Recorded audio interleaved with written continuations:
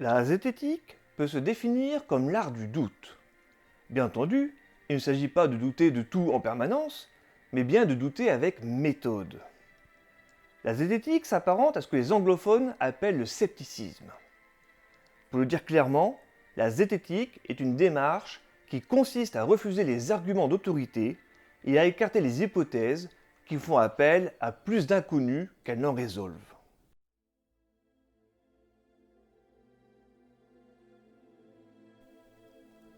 Alors pourquoi je vous parle de zététique aujourd'hui? Tout simplement parce que notre cerveau est faillible en ce qui concerne le sens critique. Notre cerveau peut facilement se laisser tromper, mais également nous tromper. Il nous faut nous méfier des conclusions hâtives inspirées par nos intuitions. En pratique, lorsqu'une information nous parvient, nous devrions prendre un certain temps d'analyse rationnelle avant d'en arriver à une conclusion. En pratique, on devrait donc tous utiliser la zététique face à toute information surprenante et a fortiori lorsqu'on nous parle de surnaturel ou de paranormal. Comme j'ai déjà eu l'occasion de vous en parler dans une vidéo précédente sur le complotisme, notre cerveau adore les histoires. Cela remonte à nos lointains ancêtres qui, faute d'explications rationnelles, ont cru en un tas d'histoires bizarres pour expliquer leur environnement et les phénomènes qu'ils ne comprenaient pas. Au fil des siècles, nous avons beaucoup appris sur les événements naturels. Mais pourtant, une partie de nous-mêmes a gardé une fascination pour l'incompréhensible, pour le curieux, pour l'étonnant, pour le magique. Ce qui est très bien, car cela nous permet de rêver, de faire preuve d'imagination pour écrire des romans ou des films par exemple. Mais cela devient problématique lorsque l'on veut comprendre un phénomène naturel. Toute la difficulté est donc de savoir faire la distinction entre le réel et l'imaginaire. Avant de penser que les extraterrestres ont construit les pyramides d'Égypte, il est plus raisonnable de se dire que les humains ont trouvé des solutions de construction pour les réaliser. Pour éviter d'accorder du crédit à des balivernes, nous devons en passer par la question fondamentale: comment savoir si ce que je sais est une connaissance ou une croyance? Mais également de savoir comment je sais ce que je sais.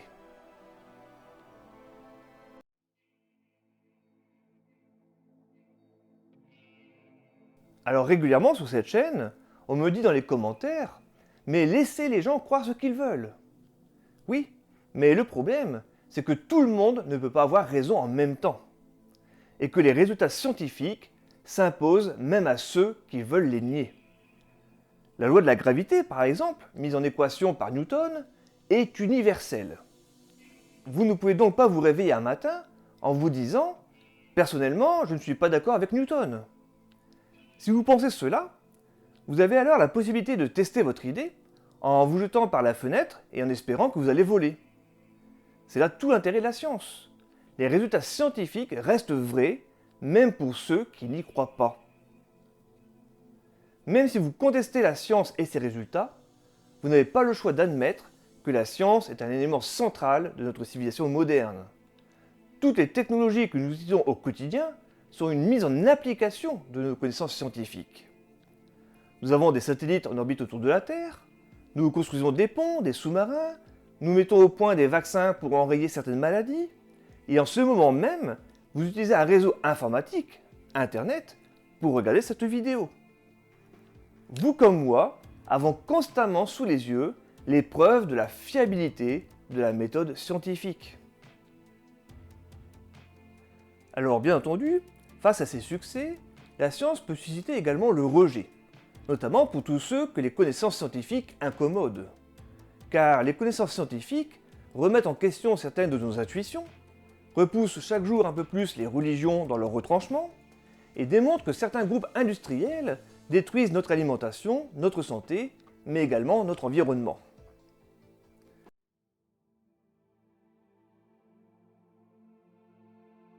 Notre époque est traversée de polémiques, de croisades morales et de controverses mettant en cause la science.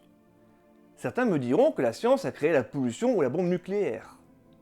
Qu'en est-il exactement? Quand j'utilise le mot « science », je désigne l'ensemble des connaissances obtenues avec la méthode scientifique. La science est un corpus de connaissances fiables qui ont été testées et mises à l'épreuve. Savoir si la science est responsable de la pollution de l'air ou des dégâts occasionnés par une bombe atomique revient à se demander si la connaissance est dangereuse. La réponse est oui et non. Tout dépend de qui l'utilise. Et celui qui l'utilise, eh bien, c'est l'homme. Les mauvais usages de la science proviennent de décisions regrettables prises par ceux qui sont en position de pouvoir. Mais ces décisions nous regardent tous. Elles sont prises en notre nom, au nom de notre pays, démocratie oblige. Autrement dit, nous sommes tous responsables des mauvais usages de la science. Prenons un autre exemple. Peut-on dire qu'un couteau est bon ou mauvais? Encore une fois, tout dépend de l'usage que l'on va en faire. Un couteau est très pratique pour couper la nourriture, mais avec, je peux également m'en servir pour tuer quelqu'un. Ce n'est pas l'outil qui est dangereux, mais bien l'humain qui l'utilise.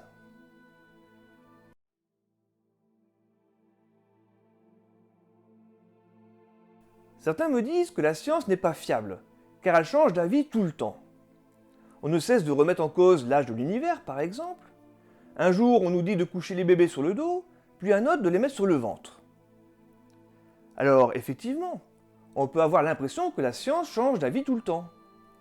Mais il ne faut pas oublier que les connaissances scientifiques sont considérées comme l'explication la plus vraisemblable à un phénomène en l'état actuel de nos connaissances. La science ne délivre pas de vérité absolue, et elle se remet en cause continuellement. Et heureusement. Une vérité absolue, ça s'appelle un dogme. C'est une information qui ne peut pas être mise en question. Et c'est notamment ce qu'utilisent les religions. Mais si vous ne pouvez pas contester quelque chose, comment pouvez-vous progresser? Les connaissances scientifiques sont un état de l'art, un instantané de la meilleure approximation du réel à notre portée. Et il est important de pouvoir les corriger lorsqu'on se rend compte qu'elles ne correspondent pas à ce que l'on observe dans la nature.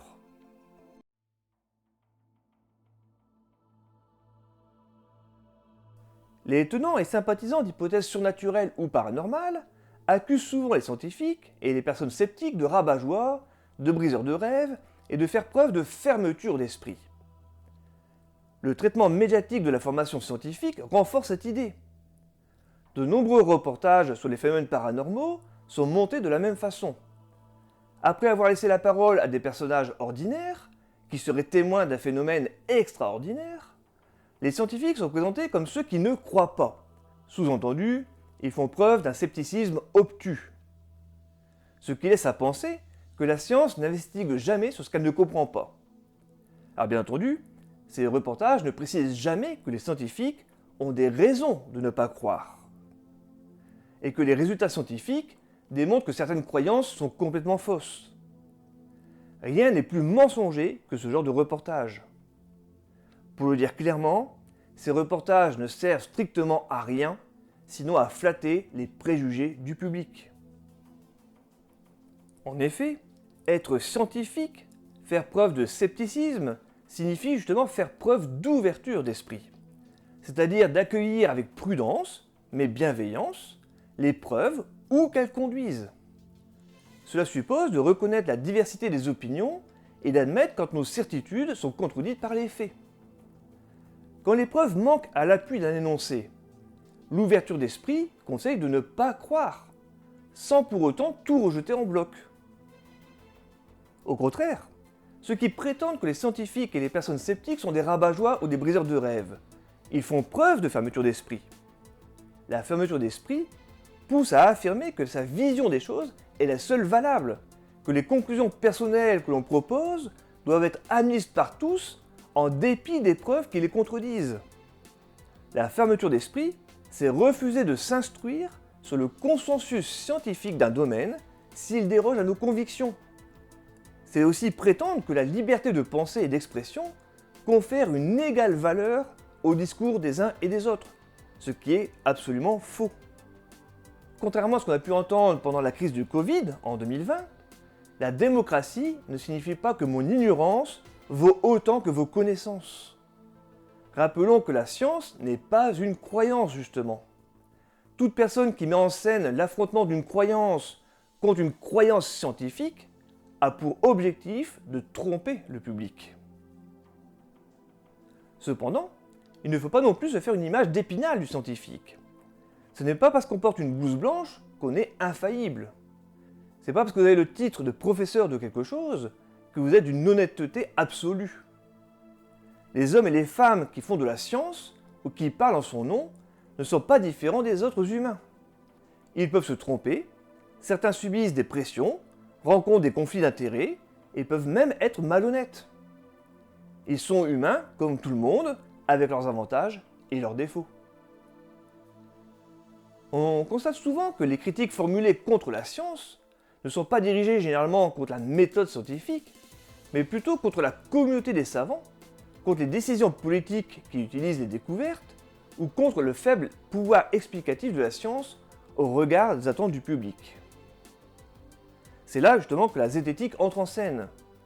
Il est nécessaire de bien identifier de quoi on parle et qu'est-ce que l'on critique exactement. Il est utile de se questionner sur nos présupposés et sur nos représentations, et sur ce qu'on attend de la science.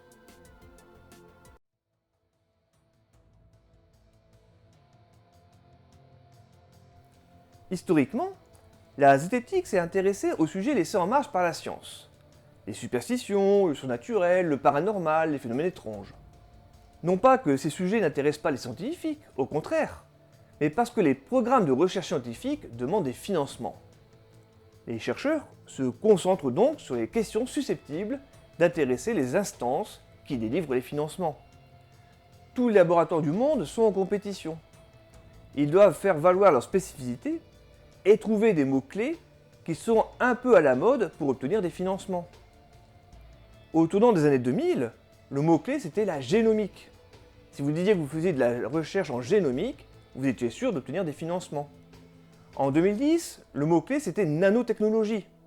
Et en 2020, il faut aujourd'hui parler d'intelligence artificielle, si vous voulez avoir de l'argent pour financer vos recherches. En ce sens, la science est en partie pilotée par le pouvoir politique.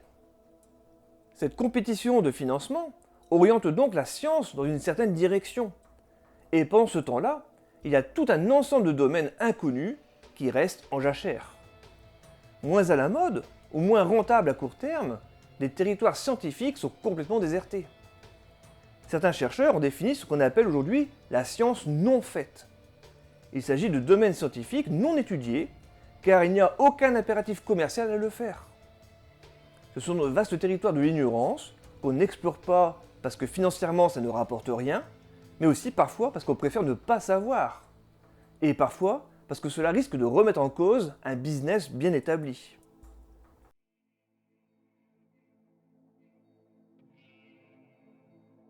Alors pour en revenir aux phénomènes surnaturels et paranormaux, les scientifiques se sont retrouvés confrontés à l'absence de protocoles suffisamment robustes pour étudier ces phénomènes et obtenir des résultats que l'on puisse qualifier de scientifiques. Les chercheurs ne sont pas formés aux trucs des magiciens, aux méthodes de manipulation et de détournement de l'attention, car ils évoluent dans un milieu fonctionnant sur la rigueur. Pour confondre les manipulateurs qui abusent de la crédulité du public, il fallait quelqu'un du métier. Le premier justement qui s'exerça à la zététique, c'est le magicien Harry Houdini. Houdini était ce qu'on peut appeler un menteur honnête. En homme de spectacle, il signait un contrat tacite avec son public, lequel acceptait de suspendre son incrédulité dans le but de jouir du spectacle. C'est le même principe avec n'importe quelle œuvre de fiction. Nous acceptons d'y croire pour que l'œuvre ait l'effet escompté. Cela résume bien toute la différence entre un prestidigitateur et ceux qui prétendent à l'authenticité de leur pouvoir en cachant leur utilisation des faux-semblants, de chasse-trappe et de trompe-l'œil. Les prestidigitateurs et les soi-disant médiums utilisent les mêmes accessoires et profitent des défaillances de notre attention. Mais leurs buts divergent. Le prestidigitateur n'exploite pas la détresse d'une personne affligée par un deuil pour lui faire acheter un livre sur l'au-delà. Houdini fut le premier à reproduire sur scène les performances des médiums qui prétendent faire parler les morts et tourner les tables. En travaillant avec le comité des sciences américain, il offrait une récompense à quiconque ferait la preuve qu'il possède des dons surnaturels. Entre 1964 et 2015, des milliers de candidats se présentèrent. Le prix ne fut jamais attribué. Et le dernier défi de Houdini fut post-mortem. Il avait promis à sa femme qu'il la contacterait depuis l'au-delà. Parce que c'est toujours mieux de prévoir à l'avance le protocole d'une expérience de ce genre, il avait convenu d'un code avec sa femme. Après son décès en 1926, Madame Houdini consulta pendant 10 ans plusieurs voyants qui réussirent, dirent-ils, à entrer en contact avec le magicien. Mais aucun ne fut capable de répéter le code convenu entre les époux, à savoir Rosabelle Believe. Après la mort d'Houdini, d'autres prestidigitateurs reprirent le flambeau. C'est le cas de James Randi, autre magicien américain, qui a réalisé le même travail entre 1970 et 2010. Il fonde le Paranormal Challenge en offrant 10 000 $ à toute personne qui serait capable de démontrer rationnellement qu'elle a des pouvoirs magiques ou surnaturels. Puis en 1996, un mécène porta ce challenge à 1 million $. Et c'est là que ça devient intéressant, car les personnalités les plus médiatiques des voyants et des médiums refusèrent tous de relever le défi, même lorsque Randi proposa de reverser l'argent à une œuvre caritative de leur choix. Comme pour le défi d'Houdini, aucun candidat ne fut en mesure de prouver ses compétences paranormales lorsqu'on les passe au crible d'une analyse rationnelle. En France, c'est le magicien Gérard Majax qui proposa le même défi à partir de 1987, et il obtient bien sûr les mêmes résultats. Alors que les choses soient bien claires, Houdini, Randi et les autres magiciens sceptiques ne rejettent pas les croyances spirites. Ils ne cherchaient pas à discréditer l'idée d'une vie après la mort ou la communication avec les défunts. Mais ils ne supportaient pas ceux qui abusent de la crédulité du public. C'est également le cas de votre serviteur. Toutes ces expériences ne prouvent pas que la télépathie, la télékinésie ou autres phénomènes paranormaux n'existent pas. Mais souvenez-vous, la charge de la preuve revient toujours à celui qui affirme. Si je vous dis qu'il existe une théière en porcelaine qui orbite entre Mars et Jupiter, mais qu'elle est si petite qu'aucun télescope ne peut la voir, vous n'avez pas le choix de me croire sur parole, ou bien de me demander des preuves. Qu'est-ce que vous choisissez ?